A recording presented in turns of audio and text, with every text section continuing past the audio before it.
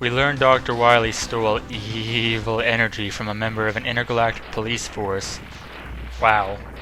Whose idea of protecting the universe is to smash headfirst into said energy above a populated planet, sending it careening down where any Joe madman can fuck with the stuff. Wily is of course foiled for the upteenth time, but gosh darn it if the lovable scamp doesn't try. And after a few more excursions with wacky spacemen and a retread or two, Wily decides the appropriate answer to all of this dastardly foiling is to take what's assumed to be equal parts refined evil energy, his accidental fuck-up basenium, and his own batshit insanity, and pours it all into creating an unstoppably powerful psychopath with an urge to kill so strong it later warped itself into the virus that drove Sigma mad and, Oh, but don't worry, Wily's perfectly in control. It's just another engine for world domination after all, because Base turned out so fucking loyal. Although since he also made Zero to destroy any and all of Light's future work, maybe he didn't give two shits about loyalty. While this is going on, Light is developing X due to both Wily's batshit issue I raised earlier, and as a robot that can truly call itself independent. Something to carry on Light's peaceful ideals beyond his death anyway. To ensure this, he installs something called an emo, or suffering circuit, to impose an aching guilt on X over any destruction or battle at his hands, despite the fact that this is an almost inevitable necessity, and he turns him into such a pussy that he uses terms like wishy-washy completely unironically. You're a compassionate one there, Doc. Then, through either old age, boredom, or Wily's supreme stupidity causing Zero to awaken and slaughter the fuck out of everything, the main cast dies off, shuts down, or moves on to a less confusing series. X remains dormant in a testing capsule to ensure his perfection for 100 years despite only needing 30, because leaving your crowning achievement in a rotting lab is the best way to ensure he'll be found on time. Zero either stays asleep, goes back to sleep, or plays marbles for the remainder of the century. After this, a pioneering lad named Dr. Kane stumbles across X's capsule and, after a fruitful cup of java or two, decides to hastily throw together his own robots based off of X's design, becoming the father of all Reploids. Unfortunately, either his arrogance or his senility caused a misinterpretation of the suffering circuit. Namely, a good portion of the Reploids go fucking loony, creating the first Mavericks, while the others have inferior circuits unsuited to fighting off infection. Get it? Father of a race? Race fell into ruin through the folly of its architect? Cain? The Bible? Are you blown away or what? Also, this makes Light the original spawn of the Maverick outbreak, not Wily. Go figure.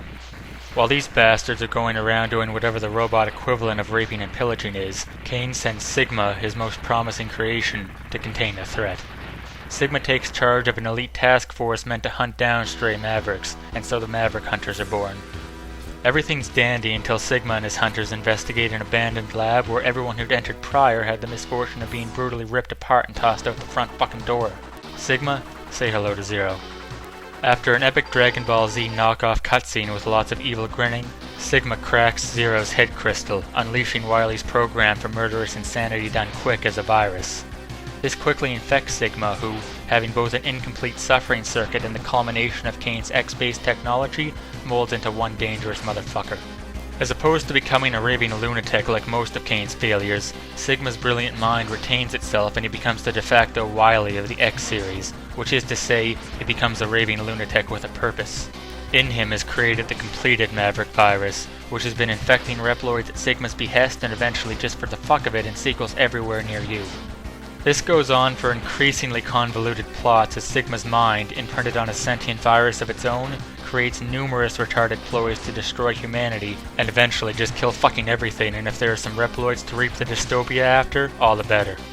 Zero, meanwhile, has been fixed by Cain, who we all know is so reliable, and helps X blow up baddies and numerous Sigma incarnations for a good number of years, spanning the death of Cain, the erection of a terrifically ineffective military counterpart to the Hunters, the creation of Cygnus the all-American hero, and other wacky supporting characters, like a clueless simpleton with a crush on X who expresses her love by telling him how to wipe his own metal ass. In X5, among all the atrocious localizing and the dozen alternate paths, the generally accepted conclusion is that Sigma actually pulls his shit off for once by unleashing a refined version of the Maverick virus en masse, now dubbed the Sigma virus because the Hunters are at a loss for creative naming, and the world is left in near ruin. Zero succumbs to the Cain didn't fix shit trope and is infected, resurfacing traces of his original virus and driving him bonkers. And after X knocks his ass back into sanity through the power of homoerotic love, Zero sacrifices himself until everything's shitting sunshine rainbows again, killing Sigma and dying in X's arms. How romantic. And then Light's ambiguously sentient hologram erases X's memory. I guess since he's too much of a pussy to deal with the loss, I don't know. Everything's dandy. Except, you know, they made X6. So cue the hasty retconning, people, which is half of why X5's retrofitted canonical ending sounds like a 5-year-old wrote it. Although the other half is because the actual game sounds like a 5-year-old wrote it. At any rate, in X6, Ilya proves any semblance of intelligence she had left is lost by helping the newest brilliant scientist Gates' colleagues go about their own selfish bullshit, destroying Gates' trustees or branding the Maverick, and driving him from his research on Reploid engineering in an enraged huff. Herein, Gate wanders by a year-old virus impact site from X5, discovers a part of Zero, drives himself absolutely mad by blending with Zero's viral DNA, and in conjunction with the Sigma virus still running about fucking the world over, creates the nightmare phenomenon for no other reason than because he can. And he wants to make a race of ultimate Reploids or some shit I stopped following. He also starts repairing what remains of Sigma because it's an interesting side project. Meanwhile, Zero pulls a Sigma of his own and is still totally alive somehow, recovering, or more accurately, his body is sequel-proof and thus can never be truly destroyed. Gate fucks about creating a fake Zero from the Nightmare system in a very unbecomingly stupid scheme to use Zero as a scapegoat to blame the whole Nightmares wrecking havoc thing for, use his boy toy High Max to fuck the fake Zero up and win the hearts of the people as it were. There's also a dumbass colleague named Isaac who may or may not be wily, just like Surgis, and also we should all really stop trying to guess. No one cares, he's never mentioned again. Either way, the real Zero comes out of hiding and joins the fight after X does High Max's job for him, suffers through horrific game design to bust everything up, and finally helps X lay waste to the barely clinging to sentient Sigma, as well as the new battle body Gate had been constructing, because come on, that's just what these madmen do.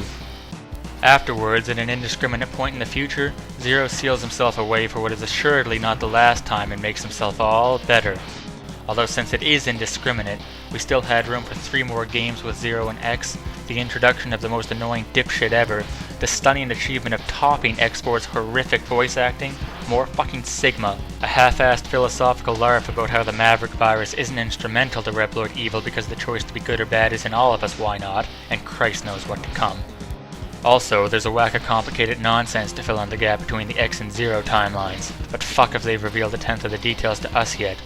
That would invalidate 4 new series spanning everything from the Maverick Wars to the Elf Wars to Wiles Family fucking Matters, and we can't have that. Oh, and since a good 80% of this wasn't clarified until a hasty dissertation 3 years ago with Inafune still trying to clean up the mess of X6, among other things, expect everything established to be contradicted several more times in the future and at least 3 more under-the-table sequels the franchise's fucking owner isn't going to be let on about. It will be magical.